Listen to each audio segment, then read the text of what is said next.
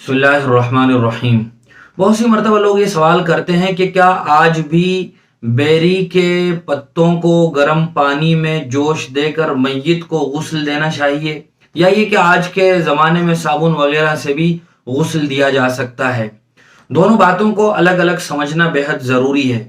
حضور اکرم صلی اللہ علیہ وسلم سے یہ بات ثابت ہے کہ جب آپ کے صاحبزادی کا انتقال ہو گیا تو آپ نے ام عطیہ انصاریہ رضی اللہ تعالی عنہا کو بلا کر کہا کہ ان کو غسل دو، گرم پانی اور بیری کے پتوں سے غسل دو، اور پھر ان کو کافور بھی لگاؤ اور بعد میں مجھے اطلاع دو۔ ام عطیہ انصاریہ نے یہ پوری بات بیان کی ہے، جس سے ہمیں یہ پتہ چلتا ہے کہ آپ صلی اللہ علیہ وسلم کی صاحبزادی کو غسل دینے میں بیری کے پتوں کو گرم پانی میں جوش دے کر استعمال کیا گیا۔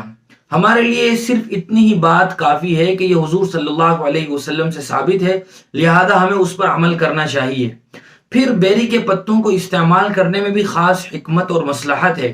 وہ یہ ہے کہ بیری کے پتوں میں اگر غسل دیا جائے گرم پانی میں ان کو پکا کر، تو میت کی جو اسکن، چمڑی اور جلد ہوتی ہے وہ نرم پڑ جاتی ہے اور میل کچیل آسانی سے صاف کیا جا سکتا ہے۔